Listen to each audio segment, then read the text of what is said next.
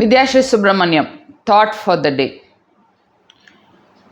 நாங்கள்லாம் சின்னதாக இருக்கும்போது ஒரு படம் பார்த்துருக்கோம், தண்ணீர் தண்ணீர் அப்படின்னு சொல்லிட்டு.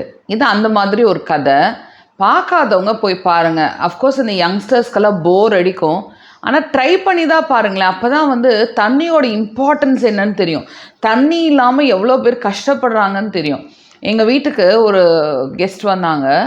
அப்போ நான் சொன்னேன், இப்போ வந்து தண்ணி பிரச்சனை இருக்குது, 10 நாளைக்கு ஒரு தடவை தான் தண்ணி வருது, தண்ணி கொஞ்சம் பார்த்து செலவு பண்ணுங்க அப்படின்னு நான் சொன்னப்போ அவங்களுக்கு நான் என்ன சொல்கிறேன்னே புரியல.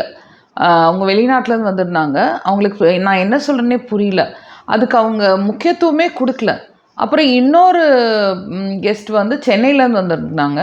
அவங்களுக்கு நான் அதே தான் சொன்னேன், தண்ணி பிரச்சனை இருக்குது, தண்ணி வந்து பார்த்து யூஸ் பண்ணுங்கள், நிறையா செலவழிக்க வேண்டாம், 10 நாளைக்கு ஒரு தடவை தான் தண்ணி வருது அப்படின்னு சொன்னப்போ அவங்களுக்கும் நான் சொல்கிறது புரியல. அப்படிங்களா, எங்கள் ஊர்லெலாம் அப்படி இல்லை, எங்கள் வீட்டிலலாம் அப்படிலாம் இல்லையே, எங்களுக்கு தண்ணி வந்துகிட்டே இருக்கும், நாங்கள் தண்ணி திறந்துக்கிட்டே என்ன வேணாலும் செய்வோம் அப்படின்னு சொன்னாங்க. எனக்கு வந்து அவங்களுக்கு எப்படி புரிய வைக்கிறதுன்னு தெரியல. ஆனால் எனக்கு என்ன புரிஞ்சுது அப்படின்னா, தண்ணிங்கிறது எவ்வளோ இம்பார்ட்டண்ட்டான ரிசோர்ஸு. அந்த ரிசோர்ஸை அவங்களுக்கு கரெக்டாக கொண்டு போய் அவங்க பேரண்ட்ஸ் சேர்த்துலையோ, அதுக்கான முக்கியத்துவத்தை அவங்க சொல்லலையோ அப்படின்னு சொல்லிட்டு எனக்கு ஒரு சின்ன கருத்து இருந்துச்சு. பட் அது எப்படி சொல்லணும்னு தெரியல.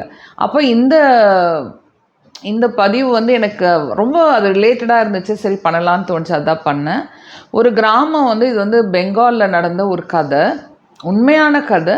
கிராமத்தில் வந்து என்னாச்சு அப்படின்னா, ரொம்ப வறட்சினால் வறட்சி, ரொம்ப ரொம்ப வறட்சி, அப்படியே சுத்தமாகவே தண்ணி இல்லை. மக்கள்லாம் ரொம்ப மனசுடைஞ்சு, மக்கள்லாம் வந்து ரொம்ப வேதனையாக இருந்த காலத்தில் திடீர்னு ஒரு நாள் பயங்கரமான மழை பெய்யுது.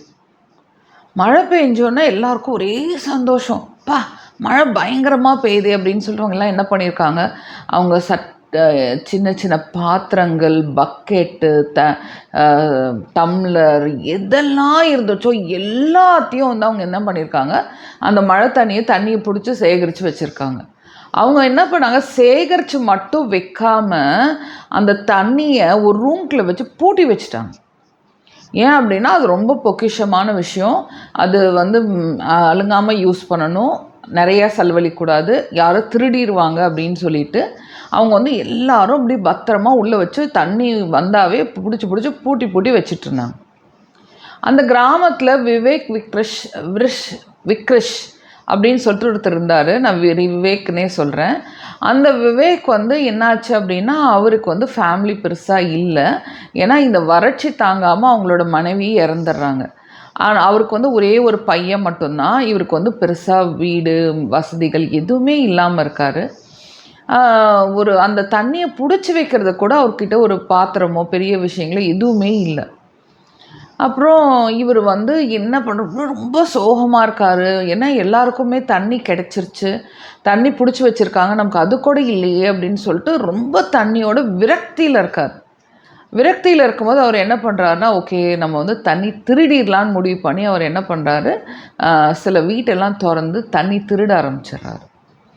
தண்ணியை திருட ஆரம்பித்தோடனே எல்லாருக்கும் சரியான கோபம் வருது. எப்படி நம்மளே இவ்வளோ கஷ்டத்தில் இப்படி பிடிச்சி வைக்கிறோம், இவர் வந்து திருடுறாருன்னு சொல்லிட்டு இது நிஜமாகவே ஒரு பெரிய விஷயமாகி இது வந்து அவங்க வந்து அவர் மேலே கேஸ் கொடுத்துட்றாங்க. கேஸ் கொடுத்தோடனே அவரை வந்து ஜட்ஜு விசாரிக்கும் போது அவர் சொல்கிறாரு, எனக்கு எதுவுமே இல்லை, எனக்கு தண்ணி ரொம்ப தேவைப்பட்டுச்சு, எனக்கு என்ன பண்ணுறதுன்னு தெரில, அதனால தான் நான் போய் திருடணும்னு திருடல, ஆனால் வந்து எனக்கு வந்து தண்ணி தேவைப்பட்டுச்சு அப்படின்னோன்னு இதை கேட்டுட்டு ஜட்ஜுக்கு வந்து தெரியுது, இந்த ஆள் வந்து ஒரு திருடன் கிடையாது, ஆனால் டெஸ்பரேட்டாக வேறு வழி இல்லாமல் தான் திருடியிருக்காப்புல அப்படின்னு அவருக்கு புரிஞ்சோடனே, ஆனாலும் மக்கள் வந்து அதை ஏற்றுக்க மனநிலையில் இல்லை. ஓகே, அவங்கள பொறுத்தவரையில் திருட்டு தான். அவங்களோட பொக்கிஷமாக இருக்கிற, நம்ம எப்படி ஒரு தங்கத்தை பொக்கிஷம்னு பார்ப்பாங்களோ, அவங்க வந்து பொக்கிஷமாக பார்த்து அந்த தண்ணியை திருடினதை அவங்களால ஏற்றுக்க முடியல. அப்புறம் ஜட்ஜ் என்ன சொல்கிறார், ஓகே விவேக், உனக்கு வந்து நான் ஒரு பனிஷ்மெண்ட் கொடுக்குறேன். அந்த பனிஷ்மெண்ட் என்ன அப்படின்னு பார்த்தீங்கன்னா, நீ வந்து 10,000 மரத்தை நடணும். அந்த 10,000 மரத்தை நீ நடுறது மட்டும் இல்லாமல் நீ வந்து அந்த 10,000 மரத்தை பாதுகாத்து வளர்க்கணும், இதுதான் உன்னோட பனிஷ்மெண்ட்டுன்னு சொல்லி அவர் அனுப்பிச்சிடுறார். அப்புறம் விவேக் வந்து என்ன பண்ணுறாருன்னா, ஓகே பனிஷ்மெண்ட் கொடுத்தாச்சு, என்ன பண்ணலான்னு சொல்லிட்டு அவர் வந்து 10,000 மரத்தை நடுறதுக்கான அவங்க அந்த ஏற்பாடும் பண்ணி கொடுத்துட்றாங்க, கோர்ட்டில் வந்து அந்த ஏற்பாடும் பண்ணி கொடுத்துட்றாங்க. ஸோ இவர் வந்து அது 10,000 மரத்தை வந்து நட ஆரம்பிச்சிடறாரு. நட ஆரம்பிக்கும் போது அவருக்கு வந்து வாழ்க்கையில் அவரோட பர்பஸ், நம்ம எதுக்கோசரம் வாழ்கிறோம், எந்த லட்சியத்துக்கோசரம் வாழ்கிறோன்னு எதுவுமே இல்லாமல் ஏதோ வாழ்கிறோமா அதை நோக்கி சாப்பிட்றோமான்னு இருந்த விவேக் வந்து திடீர்னு வந்து ஒரு லட்சியவாதி ஆகிறாரு. அவருக்கு வந்து தான் வாழ்க்கையில் என்ன பண்ணணும், தான் வாழ்க்கை பிறந்ததோட பர்பஸ் என்னன்னு அவர் கண்டுபிடிச்சி அவர் வந்து என்ன பண்ணுறாருன்னா 10,000 மரத்தை நட ஆரம்பிச்சிடாரு. ஸோ இந்த கதையை கேட்டு இந்த கதையை வந்து அருந்தேனோஜி அப்படின்னு சொல்லிட்டு ஒருத்தர் வந்து கதையாகவே எழுதுறாரு. கதையாகவே எழுதுன இது வந்து நிஜமாகவே நடந்த கதை. பெங்கால் வந்து முர்ஷிதாபாத் அப்படிங்கிற ஊரில் கிராமத்தில் நடந்த கதை. இந்த கதையை அவர் எழுதி அவருக்கு வந்து பெரிய அவார்டெல்லாம் கிடைக்குது. அவார்டெல்லாம் கிடைச்சிட்டு அவருக்கு வந்து திடீர்னு அவளுக்குள்ளேயே இந்த விவேக்கோட கதை வந்து ரொம்ப இம்ப்ரெஸ் ஆகி இவர் என்ன பண்ணுறாரு, தான் விவேக்காவே மாற ஆரம்பிச்சிடுறாரு. என்ன பண்ணுறாருன்னா, ஓகே ஒருத்தனுக்கு இப்படி ஒரு பனிஷ்மெண்ட் கொடுத்து ஆனால் இவ்வளோ ஒரு கிராமத்தை வந்து அவங்களால மாற்ற முடியும் அப்படின்னா நானும் ஏன் இதை பண்ணக்கூடாதுன்னு இந்த ஸ்டோரி எழுதினவரே அவர் வந்து தனக்குள்ள மாற்றத்தை ஏற்படுத்துகிறார். மாற்றத்தை ஏற்படுத்தி அவர் என்ன பண்ணுறாரு அப்படின்னா, அவர் ஒரு லட்சியம் வந்து ஒரு எடுக்கிறாரு. என்ன எடுக்கிறாரு அப்படின்னா, நான் வந்து என்னோடய வாழ்க்கையில் 1 கோடி மரங்கள் நான் நட போகிறேன். ஆனால் இந்த நடுறதுக்கு நான் வந்து ஃப்ரீயாக தான் நான் நட போகிறேன் அப்படின்னு சொல்லிட்டு அவர் முடிவெடுக்கிறார்.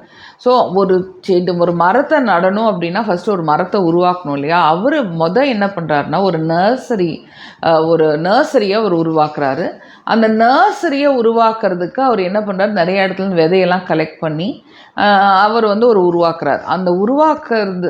அந்த நர்சரியிலேருந்து யார் செடியோ மரமோ எது வாங்கினாலும் அவர் கண்டிப்பாக ஃப்ரீயாக தான் கொடுப்பார். யார் எந்த காசு கொடுத்தாலும் அவர் வாங்க மாட்டார். ஆனால் ஒன்று அவர் என்ன வாங்குவார் அப்படின்னா, யார் வந்து அதுக்கான விதைகள் கொடுக்குறாங்களோ அந்த விதையை வாங்கிக்குவார்.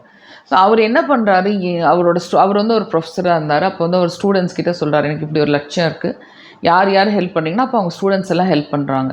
அந்த ஸ்டூடெண்ட்ஸ்லாம் என்ன பண்ணுறாங்க அப்படின்னா, எங்கேயாச்சும் போகிறாங்க, ஏதோ பழங்கள் சாப்பிட்டாங்கன்னா அந்த விதையெல்லாம் கண்டபடி தூக்கி போடாமல் அதெல்லாம் சேகரித்து அதை கொண்டு வந்து இந்த நர்சரியில் போட்டு வளர்க்குறாங்க. ஸோ எங்கே யார் எந்த விதையை பார்த்தாலுமே, எந்த பழங்கள் சாப்பிட்டாலும் எங்கே இருந்தாலும் சரி, அந்த விதைகளுக்கு கொண்டு நாங்கள் விதையை சேர்க்கறது இந்த ஸ்டூடெண்ட்ஸோட வேலையாக இருந்து அவங்க வந்து அந்த நர்சரியில் மரங்கள் வளர்க்குறாங்க, மரங்களை டிஸ்ட்ரிபியூட்டும் பண்ணுறாங்க, இவங்களும் மரங்கள் நடுறாங்க. இதுவரையில் அவர் வந்து 10,000 மரக்கன்றுங்களை வந்து அவர் டிஸ்ட்ரிபியூட் பண்ணியிருக்கார். 10 லட்சம் மரக்கன்றுகளை அவர் வந்து டிஸ்ட்ரிபியூட் பண்ணியிருக்காரு. இதுவரையில் அவர் வந்து 6 லட்சம் மரங்களை நட்டிருக்காரு. எனக்கு இந்த கதை கேட்டுட்டு அப்படியே பிரமிப்பாக இருந்துச்சு. எப்படி அப்படின்னா, இப்போ வந்து அவர் விவேக்குக்கு ஒரு பனிஷ்மெண்ட் கொடுத்தாங்க, அதில் வந்து அவர் பண்ணி அவரோட பர்பஸ் கண்டுபிடிச்சார், அது வேறு விஷயம். அந்த கதையை எழுதினவர் அவருக்குள்ள அந்த பயங்கரமான ஒரு இன்ஸ்பயர் ஆகி அதையும் அவரோட வாழ்க்கையை மாற்றிக்கிட்டார் பாருங்க. எனக்கு இந்த ரெண்டுமே ரொம்ப பிடிச்சிது. எப்பொழுதுமே ஒரு கஷ்டத்தில் தான் அதுலேருந்து நமக்கு வந்து அதுலேருந்து வெளியில் வர விஷயங்கள் வரும். நிறையா பேரோட லைஃபோட பர்பஸ், தான் வாழ்க்கை ஏன் வாழ்கிறோன்னு புரியாமல் இருக்குது இல்லையா, அது வந்து சுகமாக இருக்கும்போதும் கம்ஃபர்டபுளான பொசிஷனில் இருக்கும்போது அது வரவே வராது. எப்போ ஒரு கஷ்டம், ரொம்ப டீப்பான கஷ்டம், தாங்க முடியாத கஷ்டம் வருதோ அதுலேருந்து தான் அது நல்ல ஒரு எண்ணம் வரும். அந்த கஷ்டத்துக்கு போனால் தான் ஒரு பயங்கரமான அந்த அந்த எண்ணம் வர்றது வந்து சாதாரண எண்ணமாக வராது, ஒரு பெரிய வெளிப்பாடாக அது வெளியே வரும். நீங்கள் உங்கள் வாழ்க்கையில் உங்களுக்கு ரொம்ப கஷ்டம் இருந்தது அப்படின்னா, உங்களோட லைஃபோட பர்பஸை உங்களுக்கு கண்டுபிடிக்கிற தருணம் வந்துருச்சுன்னு நீங்கள் வெயிட் பண்ணுங்கள். கண்டிப்பாக அது வரும். ஆனால் இதுதான் லைஃப்னு சொல்லிவிட்டு அப்படியே சோகமாக இல்லாமல், ஓகே உங்களோட பர்பஸ் கண்டுபிடிக்க போகிறோம், அந்த பர்பஸ் என்ன வாழ்க்கை உங்களுக்கு சொல்லி கொடுக்குதுன்னு புரிஞ்சுக்கிட்டீங்க அப்படின்னா கண்டிப்பாக உங்களோட லைஃபோட பர்பஸ் தெரியும். ஒவ்வொருத்தரும் வாழ்ந்ததோட அர்த்தங்கள் கண்டிப்பாக வேணும். ஏன் வாழ்கிறோம், எதுக்கு சாகிறோன்னு சொல்லிட்டு கண்டிப்பாக தெரியாமல் செத்தோம் அப்படின்னா அடுத்த ஜென்மோன்னு இருந்தால் ஒவ்வொரு ஜென்மமும் இதே தான் நமக்கு நடக்க போகுது. ஸோ இப்போவே உங்களோட லைஃபோட பர்பஸ் கண்டுபிடிச்சிங்க அப்படின்னா உங்கள் வாழ்க்கை பூரா நல்லாயிருக்கும். நீங்கள் மட்டும் நல்லா இருக்கணும், உங்களை சுற்றி இருக்கிறவங்களையும் நீங்கள் இன்ஸ்பயர் பண்ணலாம்.